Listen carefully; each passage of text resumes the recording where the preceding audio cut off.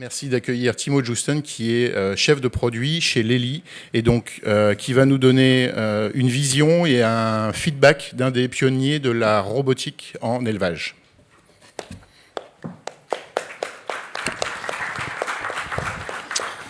Bon, merci. Donc, je vais l'essayer en français, mais du coup, mes slides sont en anglais, vu que je suis néerlandais de base, donc voilà.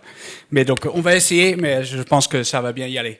Voilà, merci pour l'introduction. Moi, ils m'ont demandé d'avoir un angle un petit peu différent, de voir c'est comment vous avez réussi, surtout l'adoption de vos robots dans l'élevage. Donc, je vais vous amener un petit peu dans comment on développe en tant que Lely, qui nous sommes en quelques minutes, comment on développe et comment nous, on voit l'adoption de ces systèmes robotisés de l'élevage. Voilà, et ça, tout ça dans 20 minutes, hein, c'est ça? On va essayer. Allez, c'est parti. Donc, voilà, donc, le groupe Lely, maintenant focalisé à 100% sur l'équipement robotique dans l'élevage.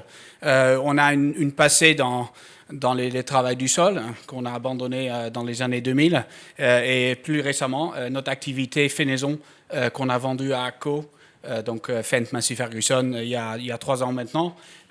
Pourquoi? Parce que on s'avérait qu'on ne servait plus le même client.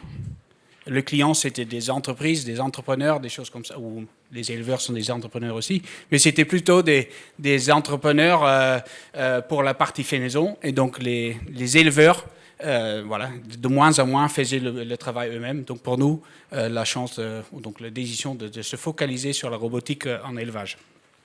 Donc bon, je vous laisse lire. Plus de 400 millions de chiffre d'affaires, 1500 employés, que ça va grandir. Je crois qu'on arrive à 1600 à la fin d'année, avec deux sites de production, un ici et un aux États-Unis, pour le marché américain et donc canadien. Et donc sinon, on est déjà présent avec notre robotique dans plus de 40 marchés, un petit peu partout dans le monde où se trouve la forte concentration des vaches laitières en fait. Voilà, donc notre gamme en une seule slide, un petit peu, donc toutes les fonctions qui fait l'être humain et qu'on pourrait automatiser, ça c'est dans notre vision. Tout le travail quotidien, on va essayer de trouver des solutions innovantes pour cela. Bien sûr, ce n'est pas ceux qui ont suivi la prestation d'avant dans l'auditorium, mais beaucoup avec des batteries en électrique. On passe avec tous nos développements sur un entraînement électrique. Voilà, ici c'est le pouce, et donc normalement, si je le garde, voilà. Le pouce forage, racleur pour les caillebotis ou le racleur pour les sols fixes. Donc les systèmes d'alimentation automatisés pour la nourrisson des veaux, hein, donc en lait cru ou en poudre. Le robot traite qui est un petit peu caché, mais il est bien là. Et bien sûr des produits pour le bien-être des animaux. Comment nous on voit le futur? Et donc cette image-là illustre un petit peu comment nous on voit le futur et surtout que c'est la connectivité. La connectivité des choses. Pour nous, l'outil, c'est une chose. L'outil, il fait une tâche quotidienne qu'on va automatiser. Mais ça reste un outil. Derrière les données que ça peut gérer, hein, parfois il faut monter des capteurs supplémentaires sur un outil pour récupérer plus de données sur l'environnement ou sur sa fonction ou des choses comme ça. Et ça peut s'alimenter. Et donc toutes ces choses-là, nous, on va connecter aussi bien à l'intérieur du bâtiment qu'à l'extérieur du bâtiment. Parce que pour avoir une bonne vision sur la gestion d'une ferme, il faut avoir une œil plus grand que juste les tables. Hein, c'est la ferme entière qu'on regarde. Si on veut dire quelque chose sur l'alimentation des bêtes, il faut qu'on ait toutes les données en entrant sur le fourrage, des choses comme ça, les stratégies, qu'est-ce qui est disponible sur la ferme, hein, dans les silos ou des choses comme ça, dans cette image. Et aussi bien sûr, avec le IoT, hein, l'Internet of Things, comment on peut améliorer notre service de nos techniciens pour réparer tous les produits qu'on a, bien sûr avec les liens avec notre centre de service. Donc, quelles données sont intéressantes, peut-être pas pour l'éleveur, mais pour nous, de dire, tiens, dans 3 jours, le pompe à vide ou le pompe à lait ou quelque chose comme ça, il va sans doute tomber en panne. Il faut mieux planifier au lieu de venir sur site quand c'est en arrêt. Voilà, donc ces datas sont très importants. Et les datas ils viennent de plusieurs sources et ça ne pourrait jamais être que les sources Lely. C'est pour ça qu'on a une stratégie de data très ouverte qu'on est prêt à échanger. Parce que nous, on a besoin des data extérieures, que c'est sur l'environnement, le climat, la température, des choses comme ça. Et aussi bien des services, des tierces, sur des domaines que nous, peut-être on ne couvre pas, pourraient avoir amené du valeur ajoutée pour notre client unique qui est l'éleveur. Et donc la dernière chose qui a été marquée, c'est que tous les capteurs qu'on développe, ou vous développez, ou qui sont développés dans le monde, ça ramène des rapports, ça donne des données. Mais un donné, ça ne veut rien dire. Si on ne fait rien avec un certain donné, si on ne le met pas dans le cadre ou des choses comme ça, ça n'a pas de valeur. Donc, et nous, on pense aussi que, ou même, on pense savoir, qu'on doit limiter le nombre d'interventions sur les datas qu'on demande à un utilisateur. On ne peut pas demander à quelqu'un de regarder 15-20 rapports tous les jours et de faire une analyse lui-même. C'est bon, qu'est-ce que je dois faire maintenant? C'est justement, il faut automatiser cette étape-là, d'aider à analyser. Tiens, est-ce que vous analysez d'une certaine façon? Et souvent, chaque fois, c'est la même analyse qu'on fait. Ça pourrait être automatisé aussi par le biais des algorithmes. Et donc après, de proposer une décision à l'éleveur. Et bien sûr, il peut toujours regarder ce qui est derrière, quelle information était à la base de cette proposition, mais de simplifier la mise en place et donc l'utilisation des produits data. Voilà, donc quand on regarde un petit peu dans notre ADN innovante, le CEO de Lely, Alexandre Van der Lely, fils de ceux qui ont construit l'entreprise, on doit trouver des solutions de laquelle l'éleveur, il ne sait pas encore qu'il a besoin. C'est ça, pour lui, c'est la vraie innovation. Et c'est comme ça était né le robot. On a commencé dans les années 80 à développer le robot traite. Il est mis sur le marché en 92. Et aussi bien le vecteur, des choses comme ça. Trouver des solutions à laquelle l'éleveur, il ne pense pas encore qu'il a besoin. Et surtout, bien sûr, qu'il y a un bon équilibre sur la valeur ajoutée que ça rapporte et le prix initial à l'investissement. Donc, pour cela, on a un processus assez rigide. Comment on développe? Donc, pour vous amener un petit peu, donc on passe avec une phase pré-projet. C'est vraiment, on peut rêver, on se laisse rêver, c'est des brainstorm sessions, des choses comme ça. Et après, il y en a l'analyse. Et donc ça, on a un département spécifique pour cela, c'est Lely Innovations. Donc vraiment, eux, ils créaient le rêve. Il n'y a pas de produit. Il y a simplement l'idée de, tiens, on veut trouver une solution pour une telle tâche ou des choses comme ça. Après, il y a un concept. Chaque produit chez Lely, ou chaque idée chez Lely, et ça demande un investissement très fort, chaque idée est finalisée par un concept. Parce que, au lieu de dire, tiens, cette analyse ou cette pré-projet, on va déjà le tuer, ça ne va rien amener, parce qu'on apprend tellement pendant une phase de développement d'un concept, au niveau de la taille, technique utilisée, des choses comme ça, que toutes les idées achèvent dans un concept. 7 concepts sur 10 n'arrivent pas sur le marché. 7 sur 10. C'est trop ambitieux, trop coûteux, tous les critères. Parce que dans l'analyse, on regarde bien sûr le business case. Est-ce que c'est rentable, la valeur ajoutée par rapport au prix?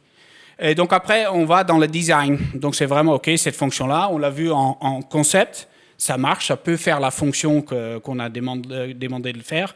Et maintenant, il faut faire un produit. Donc, quelle fonctionnalité va être dedans et qui va être pas dedans. Donc c'est une phase très importante, surtout pour tous les ingénieurs qui travaillent chez nous. Il y en a 250. Et à un moment donné, il faut dire non, je suis désolé, votre projet, il est trop tard ou pas assez avancé ou des choses comme ça. Vous n'allez pas être dans la première produit de lancement. Après, une phase très importante, la vérification. On teste vraiment la fonctionnalité. Est-ce qu'il peut faire un certain mouvement ou brancher les vaches ou des choses comme ça, mais uniquement sur sa fonction. Deuxièmement, la validation, c'est est-ce que ça peut brancher une vache dans toutes les conditions. Donc on va chercher des conditions froides, chaudes, des races Jersey ou islandaises, Holstein, normande, des choses comme ça, dans toutes les tailles, différentes tailles, les mamelles un petit peu différentes, des choses comme ça, pour valider que c'est appliqué partout, ou au moins dans la zone sur laquelle que nous on focalise. Donc voilà, la validation.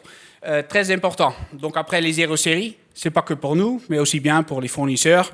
Est-ce qu'ils sont capables de fournir dans un certain tendance des bons produits dans la bonne qualité, des choses comme ça. Pour après finir, bien sûr, avec l'aftercare, on va dire, le produit est sur le marché. Tous les techniciens dans le monde entier, ils sont formés pour pouvoir installer et entretenir une telle machine. Et donc, voilà, le produit il arrive chez vous. Donc, pour donner un petit peu d'exemple sur comment cette réflexion a lieu, je vais vous amener un petit peu dans le développement de notre Discovery 120 Collector, donc, qui aspire le lisier sur les aires de raclage.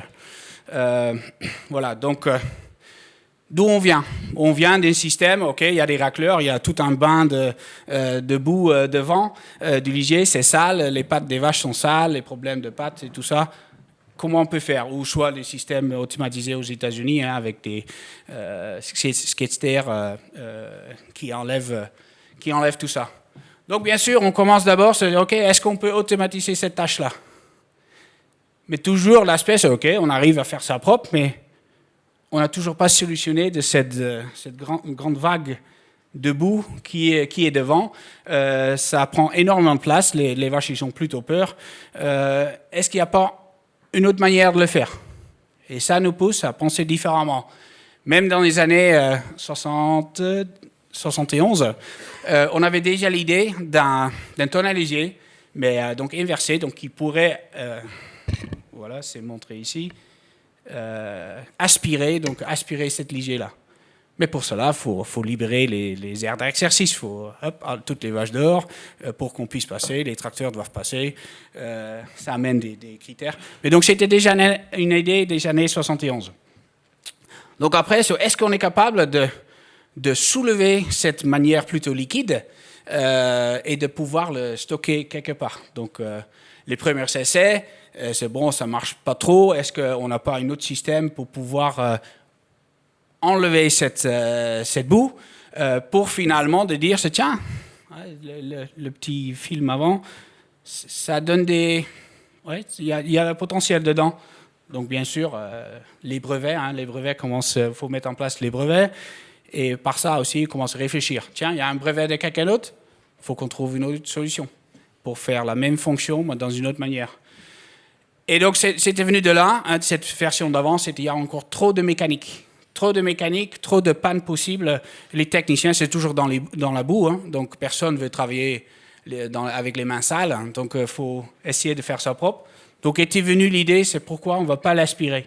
Si c'est bien liquide, on arrive à aspirer.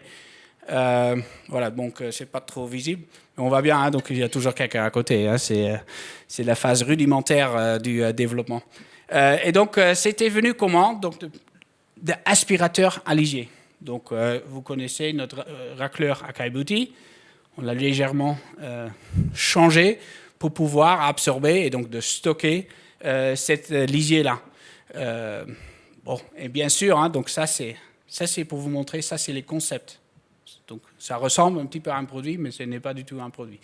Et donc, c'est que les concepts. Donc, les concepts se suivent jusqu'au moment qu'on se dit, tiens, oui, là, ça c'est valable, et on va vers l'étape suivante, bien sûr avec la collaboration d'énormément de fournisseurs.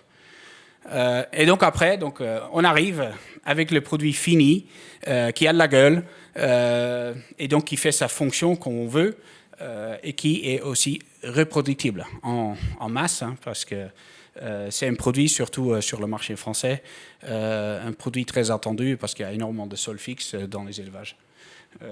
Voilà, donc pour vous donner un petit peu d'image. La deuxième chose, c'est qu'on a des produits innovants. Tu me fais signe. Hein. On a des produits innovants, mais comment ça marche pour nous, cette adoption? Bon, on a fait un petit peu on regardait sur notre marché à nous, et je pense que c'est assez générique, qu'on pourrait dire qu'en rouge, c'est les innovateurs, donc ceux qui adoptent un produit en premier. En vert, c'est ceux qui cherchent le produit parce que ça soulage une tâche. Les oranges, c'est plutôt, est-ce que j'ai un retour sur investissement de cet investissement-là, les business optimizers. Et donc, les gris, c'est plutôt ceux les traditionnalistes, on appelle, qui ont surtout d'habitude de travailler d'une certaine façon, et donc rien ne les changera. Et pour nous, en général, cette groupe-là, en rouge, et les premiers d'autres coloris dans cette catégorie-là, eux, ils sont prêts à modifier leur système, d'adopter une certaine technologie. Et je pense que ça compte pour beaucoup que des matériaux qu'on a vus dans la salle d'expo. Et à l'autre extrémité, par ici, si le produit n'est pas adapté pour s'intégrer dans leur système de travail, ils ne vont jamais être intéressés. Donc, ce qui est intéressant, là, il se trouve un point. Donc, à un moment donné, il n'y a plus d'innovateurs. Hein, donc, tout le monde qui voulait avoir une certaine machine, ils les ont. Mais comment on va créer que la plupart du marché va l'adopter? Parce que si on reste dans cette groupe-là et on crée innovation sur innovation, on reste à hauteur de cette courbe rouge dans la durée de vie du produit. On n'arrive jamais à atterrir le grand public. Ce qu'on voit beaucoup avec les robots, hein, nous aussi. Hein. Donc c'est ça qui est intéressant. Pour cela, on a défini 4 piliers sur lesquels une catégorie se distingue d'un à l'autre. On peut avoir ceux qui sont intéressés par le meilleur produit, la nouveauté, peut-être que ça brille, ou le plus grand, ou le plus fort, ou mieux que le voisin, ou des choses comme ça. Qu'en bas, toute la matière qu'on peut amener, hein, les chiffres, est-ce que vous avez les chiffres pour prouver qu'il y a un retour sur investissement? En haut à droite, le support. Hein, est-ce que le concessionnaire ou le dealer, le center, est-ce que j'ai une bonne relation avec lui? Est-ce que c'est important? Donc, si mon concessionnaire il change de marque, est-ce que je suis le concessionnaire ou est-ce que je reste à la marque qui vendait avant? Ça, c'est la question. Hein. Et donc, dernièrement, toute la gamme, en fait. Est-ce qu'on est capable de trouver des choses qui s'adaptent à des différents systèmes au lieu que le système doit s'adapter à nos produits? Donc, si on fait un petit topo, on voit qu'en haut à droite, ceux qui sont en rouge, donc les premiers qui adaptent un produit, ils se focalisent surtout sur le produit, la fonctionnalité. Qu'est-ce que ça peut amener? Très intéressant.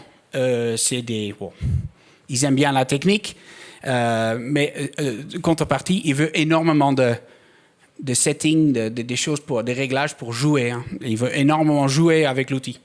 Qu'après, ceux qui ont plus vers le soulagement, on va dire, pour eux, les chiffres sont importants, mais pas si importants que le concessionnaire, la relation avec le concessionnaire. Est-ce que, si ça tombe en panne, est-ce qu'il y a quelqu'un que j'ai confiance qui vient de l'élabrer pour que c'est en route dans les 2 heures qui suivent la panne ou des choses comme ça? Très important. Que les business optimizers, eux, ils n'ont pas de relation spécifique avec un concessionnaire. C'est plutôt qui a le meilleur produit, et je vais là-bas, ou le meilleur produit qualité-prix, hein, bien sûr. Donc, moins sur le produit. Support, c'est important, mais parce que quand j'appelle, il faut que tu viennes. N'importe où tu es, mais il faut que tu viennes. Mais surtout, il faut que ça soit chiffré et validé par d'autres sources que les lits. Ça, c'est très important. Et les traditionnalistes, ils veulent un petit peu de tout. Hein, donc, bien sûr, suivre les autres. Mais par contre, cette catégorie-là, et nous, on n'est pas encore là, ils ne sont pas prêts à payer.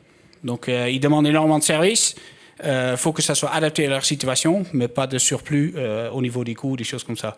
Ce qui a payé le voisin, c'est ce que moi, je vais payer, n'importe tous les changements que vous devez apporter. En gros, hein. Donc, voilà. Et donc, vers cette catégorie-là, il faut choisir. On ne peut pas servir un groupe et aussi bien essayer de servir un autre groupe. Il faut bien avoir le focus, OK, dans la maturité du produit. On est là. Hein, pour nous, le robot traite, on est plutôt passé maintenant, donc déjà en grande partie pour le soulagement, mais surtout pour les business optimizers. Si tu regardes en ce moment l'adoption des robotiques aux États-Unis, ça prend un grand vol parce qu'il n'y a pas de main-d'œuvre ou la main-d'œuvre devient très chère. Ils cherchent des solutions pour cela. Donc, justement, pour illustrer un petit peu où on est avec le robot, vous voyez les différents pays. Donc, la France se trouve 17% des vaches qui sont traites par un robot en France. Aux Pays-Bas, on arrive déjà à 25%. Aux États-Unis, que je disais tout à l'heure, c'est moins d'1% des vaches. Moins d'1%. Donc c'est pour ça, eux, ils sont tout au début. Par contre, le groupe orange est même supérieur que le groupe vert en ce moment. Et comment on peut le savoir? C'est par rapport aux questions qu'on reçoit. Voilà. Et donc c'est les grosses fermes, les grosses structures, 3000, 5000, 7000 vaches. Donc vraiment, comment on va faire pour... et votre plan d'adoption, de transformer un système avec 7000 vaches, des carrousels, en 110 robots. Comment vous allez faire? Voilà, donc la Pologne, Italie, Angleterre, plutôt vers l'avant. Je pense aussi que ça a à faire aussi avec que le produit est prêt. Hein, les systèmes de pâturage sont très importants.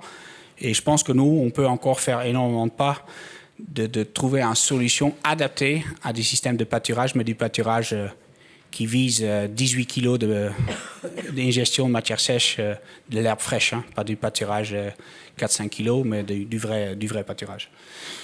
Voilà, mais donc on commence à voir un petit peu, quand on regarde la Finlande et la Norvège, 90% des projets dans l'année se mettent en robot. Hein, il n'y a quasiment plus de salles de traite vendues. Et Islande, Norvège, Finlande, bien sûr, le prix du lait n'est pas pareil, mais surtout, c'est des plus réactifs. Il y a une activité forestière ou touristique à côté, et donc ils cherchent à se diversifier. Voilà. Et donc, pour cela, on a besoin des éleveurs. Hein. Donc, et surtout dans la validation, une phase très spéciale. On va dans le monde entier avec notre produit. Là, c'était l'A5 qui était lancé il y a 1 an et demi. Parce que c'est leur avis qui compte. Est-ce que eux, et on cherche des éleveurs plutôt qui sont de plus vers, faut le dire comme ça, plus vers la droite dans cette courbe d'adoption, des projets nouveaux, des choses comme ça. Est-ce que eux, ils sont capables de opérer le matériel? Est-ce que c'est facile de comprendre comment ça opère? Est-ce que c'est intuitif? C'est des choses comme ça. Hein, pour pas que, comme c'était dit tout à l'heure, eux, ils ne sont pas des techniciens. Eux, ils ne sont pas des informaticiens. De moins en moins. Hein, plus l'adoption avance, de moins on a affaire avec des moitiés, on va dire, programmeurs. Voilà. Donc, c'est bien tout ça, mais est-ce que Lely, ils développent que des choses à eux, ou est-ce qu'il y a un mode peut-être de pouvoir échanger et surtout de travailler ensemble? Oui, il y en a. Et notre programme, ça s'appelle Feed the Future, et c'est une initiative de justement chercher dans le monde entier des startups, qui ont une innovation innovante, ou voilà, un produit innovant, qui pourrait soit être intégré dans la proposition Lely ou soit être en complément. Parce qu'on cherche à extendre et donc avoir une vision complète sur la ferme entière. Voilà, donc ça c'est Feed the Future. Pour ceux qui... donc voilà, c'est un programme qui facilite parce qu'on voit énormément de très bonnes idées, mais qui s'achèvent parce qu'ils n'ont pas le réseau, ils n'ont pas les fonds. Mais justement, on voit un petit peu des grosses boîtes, il y en a énormément qui le font, de mettre en œuvre et surtout de voir comment on peut s'aider mutuellement. Voilà. Merci. Donc demain il y a les réunions speed dating, comment ça s'appelle? Donc, si vous voulez. Business meeting. Business meeting, c'était ça. Timo, thank you. Merci Timo. On a vu beaucoup donc de robotique, mais Lely c'est déjà une marque qui est connue, qui est plus que connue, notamment sur de l'élevage plutôt bovin. J'ai pas vu grand-chose d'autre. Et je voudrais qu'on change un petit peu de sujet maintenant. Je voudrais demander à Yann Courcou, qui est la présidente donc de T-Bot Robotics, de venir un petit peu nous parler des solutions de T-Bot en robotique, et cette fois en robotique en aviculture. Yann, c'est à toi la parole. Merci. Bonjour à tous. Juste en introduction, c'est vrai que le FIRA, jusqu'à présent, on était beaucoup dans la robotique dans les champs, les cultures, etc. C'est la première fois qu'il y a une session sur la robotique en élevage. Lely est là depuis longtemps, comparé à une start-up comme T-Bot. Et la robotique, on va dire, les robots de traite, hein, évidemment, ça a été les premiers robots qui sont arrivés en élevage. Par contre, dans le domaine de l'aviculture ou dans d'autres espèces, on se rend compte qu'il y a encore assez peu de choses et que c'est un domaine relativement nouveau. C'est un peu la nouvelle frontière, on va dire, de ce qui se passe en EdgyTech aujourd'hui. Alors, ce que je vous... Oui, mais il n'y a plus personne. Ah si, il y a quelqu'un qui revient. Ce que je vous propose, c'est de regarder, d'avoir les vidéos. Est-ce qu'il y a quelqu'un à la régie qui peut lancer la vidéo, s'il vous plaît, de T-Bot? Ça doit arriver, ok.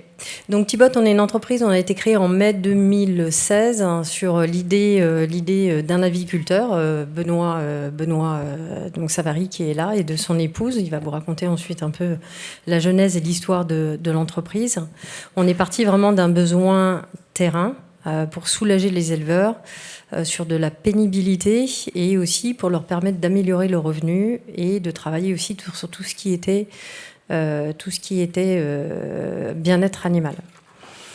L'aviculture, aujourd'hui, j'ai envie de dire que dans les domaines de l'élevage, c'est un des enjeux les plus forts parce que clairement, pour nourrir la planète, on va être obligé d'augmenter de manière importante la production. On estime que la consommation de poulet va augmenter de 45% entre 2010 et 2030. Et donc, pour adresser en fait cette augmentation de production, il va falloir travailler, il va falloir produire et aussi différemment, parce qu'il y a des attentes sur la qualité des produits, sur du sans antibiotiques, sur du bien-être animal. Et on est là aussi dans un contexte où on a une raréfaction de la main-d'œuvre. Donc, tout ça, finalement, ça explique pourquoi on a aussi besoin de robots en élevage. Donc là, on est sur un robot qui s'appelle le Sputnik Nav, qui travaille qui travaille même uniquement en élevage de volailles. Et on a un robot en fait qui va chercher ici deux effets. Un effet d'animation, c'est-à-dire faire bouger les animaux. Donc là, on est sur une vidéo où on a des animaux qui sont encore relativement jeunes. Mais ceux qui connaissent un peu l'aviculture, au fur et à mesure où les volailles grandissent, elles ont tendance un peu à l'inertie, en fait. Elles ont tendance à être plutôt un peu sans bouger sur la litière. Et donc, des animaux qui ne bougent pas, on a de moins bons résultats économiques. Et on peut aussi avoir un certain nombre de maladies qui sont apportées par la litière, ou avoir ce qu'on appelle des brûlures du bréchet. Hein, donc finalement, la litière qui va brûler la peau en fait, du poulet sur la poitrine, qui va donner des pododermatites sur les pattes, ces espèces de champignons qui se développent sur la patte du poulet, etc. Donc le but, c'est aussi d'avoir un robot qui fait ce rôle d'animation, qui va faire bouger les animaux. Si on fait bouger les animaux, je veux dire, c'est un peu finalement le rôle d'un coach sportif. Si vous restez toute la journée dans votre canapé, vous n'allez pas être en bonne santé. C'est la même chose pour les animaux. Si on les fait bouger, ils se lèvent, ils mangent, ils boivent, ils circulent mieux dans l'élevage et on va stimuler en fait leur activité naturelle et on arrive du coup à des résultats économiques plus intéressants pour l'éleveur avec un robot au départ qui est un investissement mais qui en année 2 va rapporter en fait, on a vraiment un financial payback dès la deuxième année en améliorant les résultats technico-économiques. Et puis, vous l'avez vu, avec l'idée aussi d'avoir quelque chose qui vienne gratter la litière. L'idée, c'est de aérer la litière au maximum. Ce qu'on veut surtout pas, c'est être un motoculteur qui aille retourner en profondeur la litière, parce que sinon, on va ramener des bactéries à la surface qui vont se mélanger avec de la litière propre ou qui vont être réactivés en fait en ayant cette notion de brassage. Donc en fait, quand on a mis notre robot au point sur cette notion de litière, on a beaucoup discuté avec des vétérinaires, on a beaucoup discuté avec des éleveurs, avec des intégrateurs. Et ils nous disaient en gros, il faudrait vraiment juste griffer le haut de la litière sur les 2 premiers centimètres, mais pas aller plus profond. Et puis on a un deuxième robot, je pense qu'il y a une deuxième vidéo. Dans l'ordre chronologique, c'est celui-là qu'on a commercialisé en premier. Donc on vend ce robot depuis maintenant 2 ans. Et là, c'est un robot qui adresse vraiment la filière, on va dire, de l'œuf. Donc tout ce qui est volaille de reproduction et tout ce qui va être pondeuse. Là aussi, l'idée, c'est de faire bouger les animaux et surtout de pouvoir limiter la ponte au sol. Donc ça, Benoît va très bien vous en parler tout à l'heure, parce que c'est une problématique métier qui a été en fait à l'origine de la création de Tibot. Donc là, on a un robot qui va se déplacer de manière vraiment aléatoire en fait, et qui va être là pour brasser les animaux au sol, les empêcher de pondre au sol et leur apprendre à monter en fait pour pondre dans le nid. Donc Tibot Technologies, on est une entreprise aujourd'hui de 8 personnes, on est basé à Rennes. Voilà, on commercialise nos robots, comme je le disais, depuis 2 ans, avec notre nouveau robot qui a été sorti fin d'année. On exporte déjà dans une 15aine de pays et on vient de faire notre 2e levée de fonds pour nous accompagner sur notre croissance qui, pour l'instant, se déroule plutôt bien.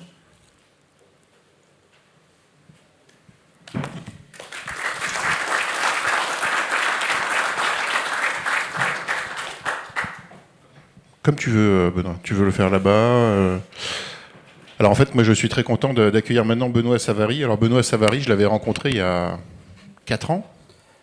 Oui, en 2016. En 2016, on avait fait un plateau ensemble, un plateau télé sur le space. On avait fait un reportage vidéo déjà sur les premiers robots. J'ai vu Yann arriver juste 1 an après. Donc je suis très content qu'on se recroise à nouveau, puisqu'en fait, Benoît Savary donc, est aviculteur.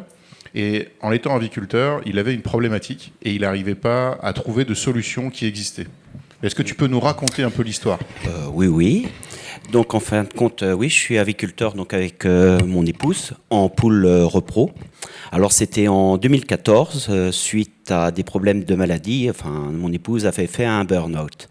C'est-à-dire, c'est notre métier. Au début, il faut qu'on habitue les poules à les pondre dans des pondoirs. Bon, jusque-là, c'est très simple, sauf que les poules n'ont pas forcément, ne connaissent pas le chemin. Et une des seules solutions que l'on a, c'est de se balader à longueur de journée dans le bâtiment. C'est-à-dire, on peut faire 7, 8, 10, 20 km suivant la pression qu'on a besoin. Alors, le seul souci, que ça, quand ça se passe très bien, en moins de 5 semaines, c'est tant mieux. Mais si ça se passe plutôt mal, vous devez faire plus de passages, ramasser plus d'œufs par terre.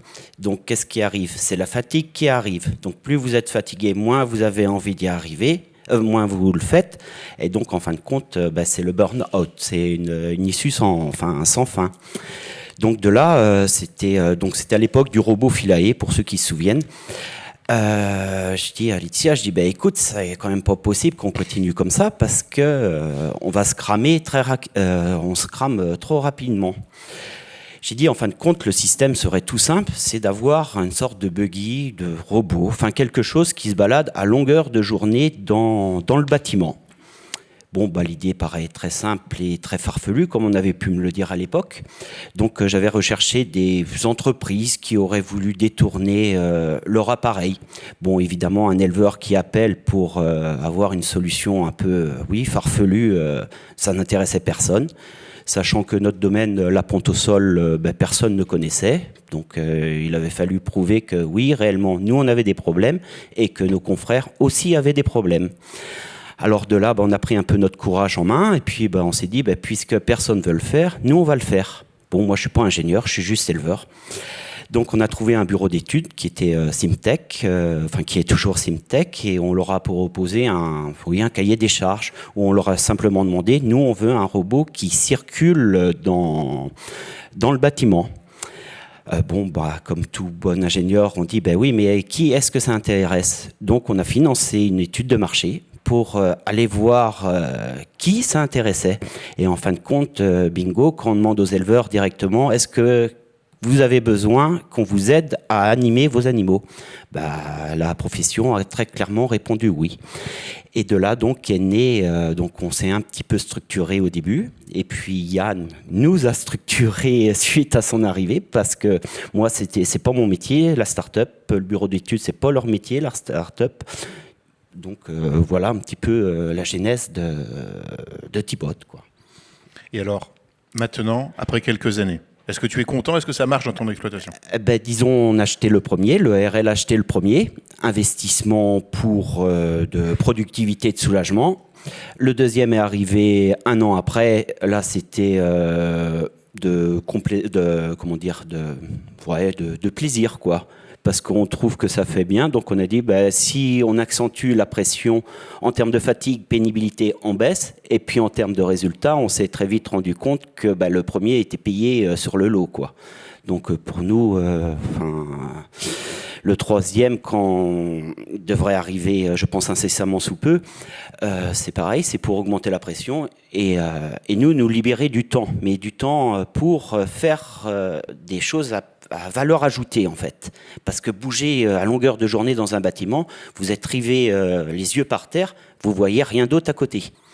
Et en fin de compte, là, nous, on regarde, tiens, le robot, il circule, c'est bon, mais hop, on a plus un tour d'environ, un tour d'éleveur, quoi. C'est un assistant, entièrement, parce que on avait essayé on avait embauché du personnel. Globalement, au bout de 15 jours, tout le monde fuit en courant. Et puis vous trouvez pas, quoi. Donc oui, non, j'ai trouvé mon compte très largement, et puis nos confrères aussi, quoi. Voilà. Merci Benoît. Est-ce que tu peux nous rejoindre?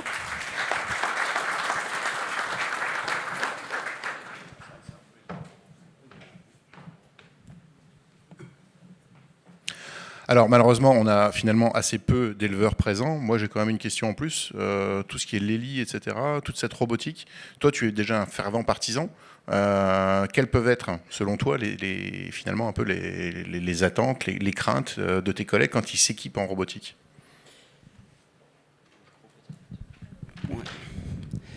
Les craintes, c'est un peu ce qu'expliquait Timo. C'est quand on tombe dans la zone grise, les gens veulent acheter un robot c'est la fiabilité. C'est vraiment avoir les garanties que ça soit fiable et qu'ils aient un retour sur investissement. Je ne sais pas, Timo, là-dessus, je pense que tu peux dire. Oui. Donc, voilà, c'est exactement ça, et c'est surtout. Et donc, c'est dans la phase de vente, c'est parfois un massage difficile, surtout pour les vendeurs. Au tout début d'un produit, quand il est dans sa phase initiale, on va dire, il n'est pas forcément adapté à tout le monde. Ce qu'on a vu beaucoup dans les années 90, dans le début du robot, qu'il y avait énormément d'échecs parce que des gens ils croyaient qu'avec le robot, le métier d'éleveur, il n'y en avait plus besoin. Donc, ils pouvaient ne plus venir dans le bâtiment, des choses comme ça. Et c'est exactement comme il était expliqué. C'est justement parce qu'on automatise les tâches quotidiennes. Il y a plus de temps pour focaliser sur des choses qui ont l'importance et qui ramènent de la valeur ajoutée.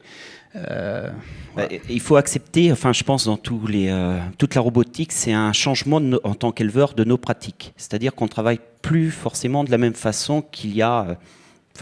10, 20, 30 ans, parce que le premier robot de traite en Mayenne, l'Eli, je le connais, ça fait plus de 30 ans qu'il est en place. Et à l'époque, on avait j'étais à l'école, on avait un discours, c'est pourquoi acheter un robot? Un éleveur doit traire ses vaches, physiquement. Aujourd'hui, on se pose même plus la question. Et sur toutes les innovations, quelles qu'elles soient, on prend le portable, au début c'était sorti, il y avait les discours, à quoi va servir un portable? Aujourd'hui, tout le monde a un portable. Mais toute l'innovation, je ne sais pas si c'est spécifique à notre métier, mais on se pose d'abord quel intérêt ai-je à aller dans la robotique? Pour répondre à la question sur les freins, moi je dirais effectivement le gris, les traditionnalistes sur ta diapo, Timo, on se rend compte qu'effectivement, s'il y a des éleveurs qui... un nouvel outil, en fait, demande, comme dit Benoît, ça demande de changer ses pratiques d'élevage ou ça demande de les repenser, en fait. Donc il faut quand même être prêt à sortir un tout petit peu de ses habitudes. C'est pas parce qu'on a toujours fait comme ça que...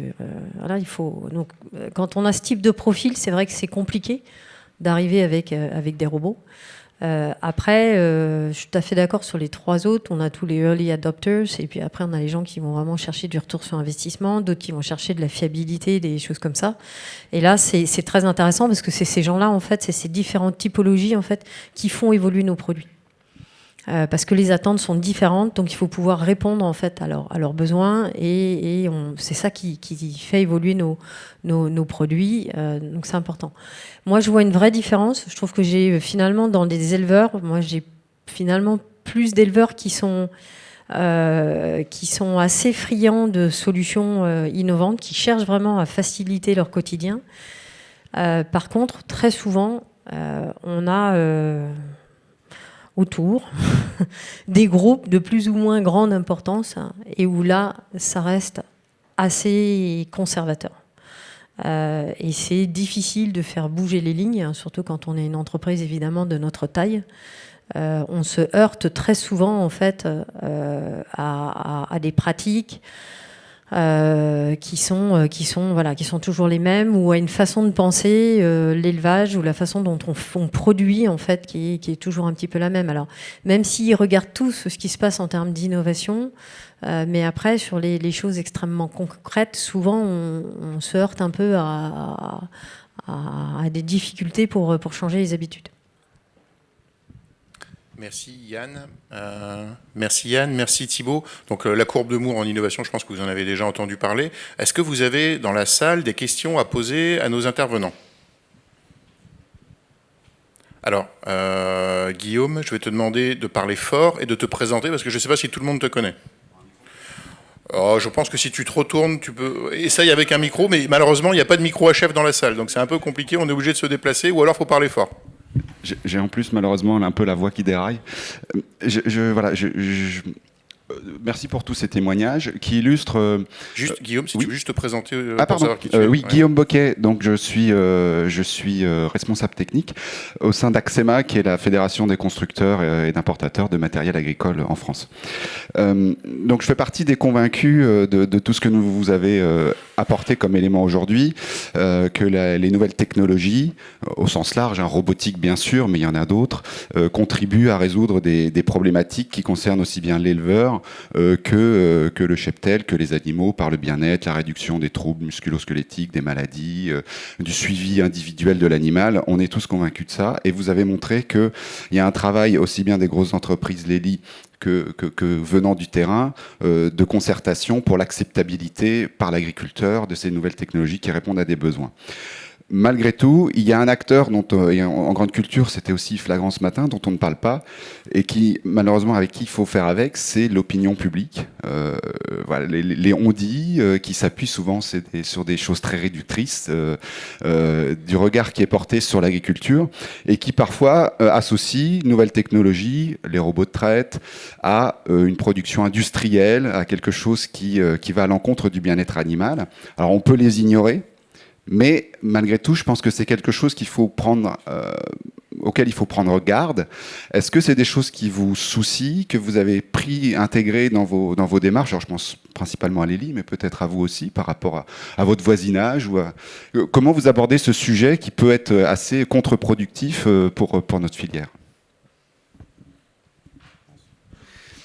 Oui, pour nous, c'est quelque chose de très important parce qu'on a bien...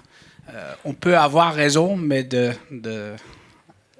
faut que les gens, donc le grand public, faut qu'ils ont l'idée que c'est la réalité. Ils peuvent avoir une autre idée. Donc cette adoption est très importante pour nous parce qu'on veut créer un agriculture de futur, un élevage de futur. Notre plus gros concurrent, de temps en temps je le dis, c'est les protéines chimiques ou des protéines autres que protéines animalières.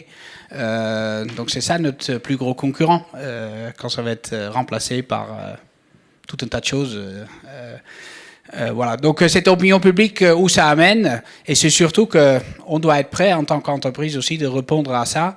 Par exemple, de regarder sur la diversification, ce qu'ils cherchent, les clients, parce qu'ils veulent savoir l'histoire derrière. Et donc, on a pris pour mission au lieu d'attendre que la législation va donc vous nous imposez quelque chose, de venir avec plutôt un cahier des charges qui vient des éleveurs nous-mêmes. Et de vraiment dire, OK, ça c'est mes pratiques, et donc regarde, moi je respecte conformément à toutes les chartes de bonnes pratiques qu'on a dans le monde entier, de se dire, tiens, voilà, moi je suis respectueux de l'environnement, ma ferme est prête pour le futur, parce que c'est aussi pour intéresser des jeunes à s'intéresser. Un des plus grands problèmes pour l'agriculture dans l'avenir, c'est la reprise. Qui va reprendre derrière? Regarde, en France, c'est de l'actualité aujourd'hui. On n'a pas assez de jeunes pour tous nos élevages. Et donc, dans le monde entier, c'est pas différent. Donc, justement, d'adopter la technologie, on rend ça joyeux à nouveau. Et donc de le mettre prêt pour l'avenir. Et donc, bien sûr, l'opinion publique est très importante parce que personne, dans le futur, veut avoir un travail qui n'est pas vu pareil par les voisins, les copains, des choses comme ça. Il faut que ce soit un travail valorisant qui se mesure aux autres travails aux alentours. Sinon, tout le monde veut travailler chez Google et donc c'est pas... Et Yann, Benoît, chez Thibot, c'est un paramètre que vous prenez en compte? Complètement, c'est directement aussi une réponse au grand public. Enfin, moi je parle pour ce que je connais. Si vous voulez pas d'œufs par terre, vous mettez les poules en cage. Enfin, c'est une réponse. Et après, j'assume aussi le fait d'avoir pensé le robot pour déjà notre bien-être. Parce que quand on parle d'élevage, il y a des choses qui sont indissociables. C'est l'éleveur et les animaux. C'est le cœur du métier. Donc, on ne peut pas aller l'un sans l'autre. Ça passe pas. Et donc, le robot, oui, répond pleinement à l'attente du grand public. Enfin, c'est la réponse, parce que lorsqu'on veut des animaux dehors, le bien-être vu par le grand public, ça amène d'autres conséquences par derrière. Et ça, faut être éleveur faut être dans la profession pour les comprendre. Donc, voilà.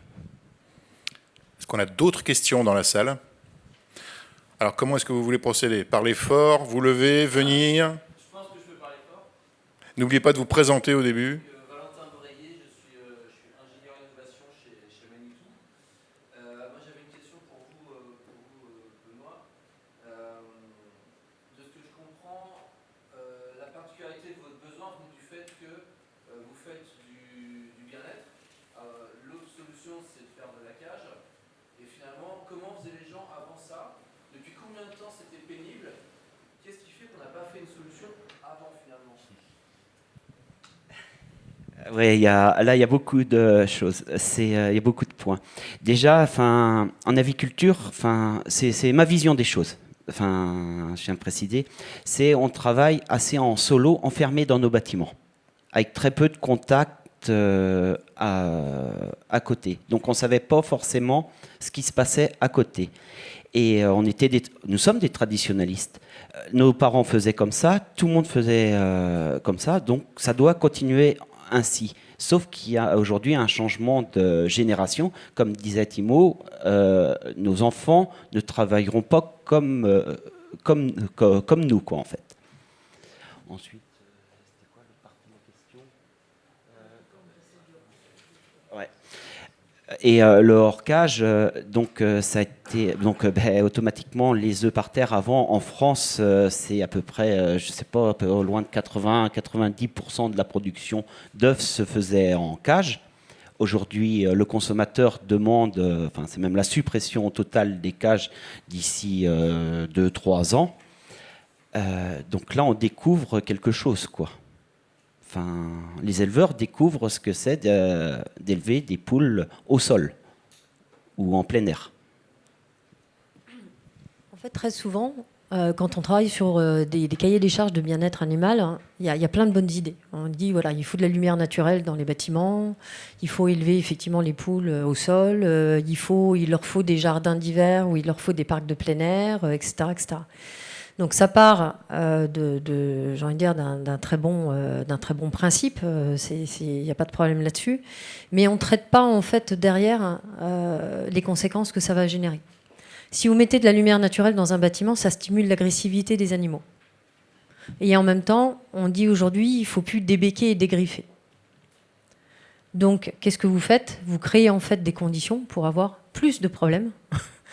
Plus de problèmes avec des animaux qui vont être, ils vont griffer, vont piquer, etc., etc., ou vont...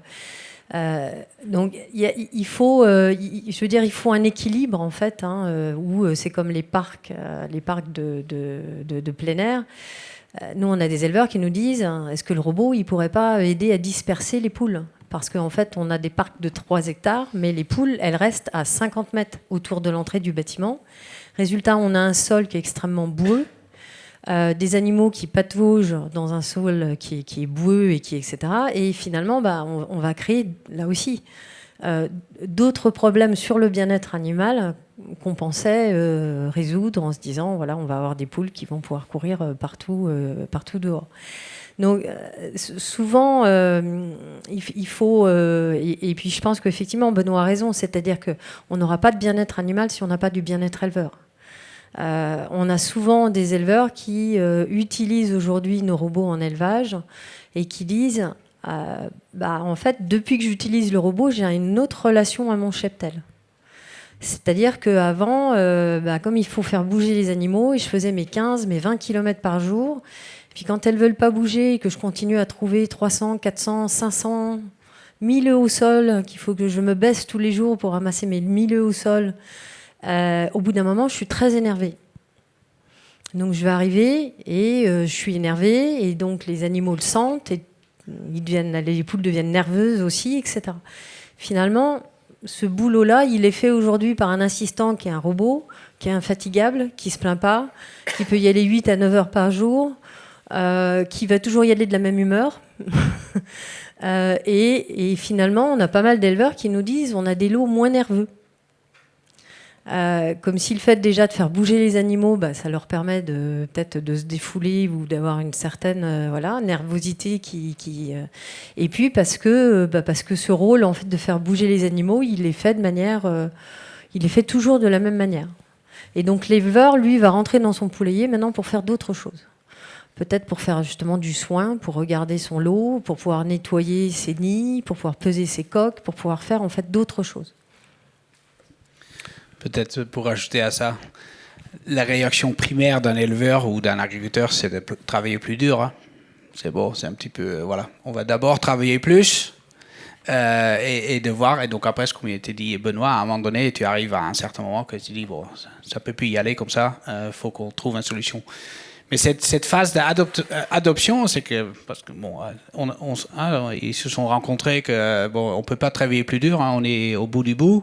Mais après, ça commence la phase. Est-ce que le produit proposé, est-ce que je suis capable de le mener ou est-ce que ce produit-là va m'enlever une tâche physique, mais va me rajouter une tâche mentale. Si on n'a pas le bon mélange, l'adoption va pas venir. Parce que si ça ramène, s'il va tout le temps au courant que le téléphone peut sonner à n'importe quel moment, c'est en panne, avec une panne qu'on n'arrive plus à réparer en tant qu'éleveur. Voilà, ça c'est toutes les choses. Est-ce que le produit est adapté pour être mis en place? Et on a déjà un certain moment que voilà, travailler plus dur ou plus d'heures ou des choses comme ça, ça n'arrive plus. Mais c'est la première réaction, au moins que nous on voit dans l'élevage. Peut-être une dernière question dans la salle.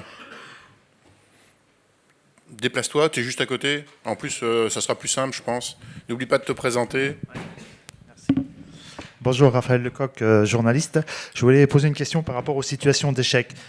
Vos deux marques, je voulais savoir si vous, Lely, par exemple, aujourd'hui, vous avez encore des cas d'échec. Et puis si vous, Thibaut, vous connaissez aussi des cas d'échec dans l'adoption de votre matériel par un client. Et comment vous le gérez, soit vis-à-vis du client qui est affecté et aussi pour l'image de marque. Bien sûr, il y a des échecs partout. Heureusement, c'est de moins en moins parce que notre système d'accompagnement a amélioré aussi dans le temps. Mais les échecs aujourd'hui, ils se trouvent surtout qu'ils n'arrivent pas, c'est pas les vaches. Les vaches, ils s'adoptent. L'éleveur, il a besoin plus de temps pour s'adopter que des vaches à n'importe quel système. Mais c'est plutôt, est-ce qu'ils sont assez prêts à changer leur système de travail ou comment le mettre dans l'environnement. On voit aussi ça dans les entreprises avec des salariés. Des robots, l'inconvénient des robots, c'est du 24 sur 24. C'est comme ça qu'on arrive à une certaine capacité. Et donc, ça peut arriver que ça sonne la nuit ou des choses comme ça. Donc, c'est plutôt la pression mentale que les gens ils disent, tiens, je prends un robot et donc j'abandonne un salarié. Mais parfois, cet salarié, il faisait beaucoup d'autres choses. Qui vient maintenant à l'éleveur, donc plus de pression mentale. Et c'est surtout cette pression mentale que pour nous, aujourd'hui, si on a un échec, c'est ça, ou soit l'intégration dans leur système de travail, qu'ils n'arrivent pas à...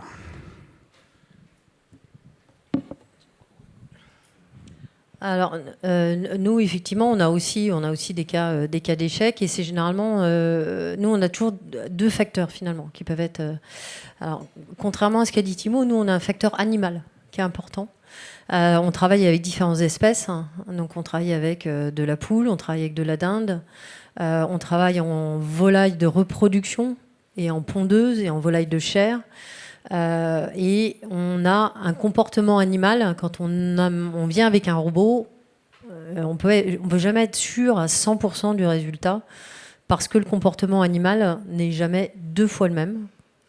Et ça, Benoît le confirmera. Il peut avoir la même souche dans le même bâtiment et il aura un lot où ça se passera très bien et il aura un lot où ça sera difficile. Donc savoir pourquoi, c'est très compliqué. Donc ça, c'est un facteur d'incertitude qui reste réel en fait. L'interaction généralement animal-robot se passe bien, mais voilà, c'est plutôt dans le long terme, comment ça va se passer, est-ce que ces fonctions d'animation, on va être capable de la faire durer, etc. Et puis après, il y a le facteur humain. Donc ça, c'est, je rejoins à ce que dit Timo en fait. Si on a, et puis on a aussi, voilà, si on a un éleveur qui finalement achète un robot en se disant c'est un cachet d'aspirine qui va régler tous mes problèmes, là on sait que ça marchera pas. Parce que le robot va faire 80% du boulot. Mais il reste 20% du boulot à faire. C'est comme ça, en tout cas, que nous, on le vend. On ne le vend pas pour remplacer l'éleveur, pour l'assister. Et les 20% restants, c'est là que l'éleveur, normalement, a sa valeur ajoutée, en fait. Donc, par contre, si on a vraiment un client qui pense que tout va être géré, tout va être réglé, tout va être, etc., parce qu'il a mis un robot, on sait que ça ne marchera pas. Oui, enfin, j'insiste. Enfin, t'as dit, le robot, c'est bien un assistant, en fait. Il peut pas auto-régler à lui tout seul. Et ensuite, quand je disais qu'il y a l'éleveur et il y a les animaux, c'est la capacité. Les deux doivent faire qu'un. C'est être capable de se remettre en question sur chaque lot et à chaque fois. C'est le travail de l'éleveur de tous les matins. Dire hier c'était comme ça, mais aujourd'hui c'est peut-être différent, quoi, en fait. Et les gens qui sont, pas capables forcément de faire ça. Oui, il est très clair que le robot, c'est peut-être pas forcément l'outil adéquat pour eux. Parce que moi, je me rends compte d'une chose, c'était un directeur qui disait ça, il y a 3 tiers. Un tiers où il y a très peu de marge de progrès à faire, un autre tiers où ils sont dans la moyenne, et un tiers où vraiment il y a d'énormes marges de progrès. Et on se rend compte où le robot fonctionne le mieux, c'est sur les 2 premiers tiers. Et non sur le dernier tiers, à la limite, qu'il y a trop à faire. Merci pour ces notes d'optimisme, Benoît. On a en robotique, il y a 2 tiers des gens qui sont ouverts et chez qui ça pourrait marcher. C'est pas mal. Je suis d'accord, Benoît. Voilà pour clôturer cette table ronde. Donc les ateliers reprendront cet après-midi à 14h. Là, comme vous le savez certainement, on a tous une pause pour prendre un peu de repos, déjeuner, brasser des idées. Donc n'hésitez pas sur les ateliers de cet après-midi et également sur la zone d'expo où il y a pas mal de petites nouveautés à aller voir. Je remercie tous les participants et je pense qu'ils ont droit quand même à nos applaudissements parce que c'est pas évident comme exercice.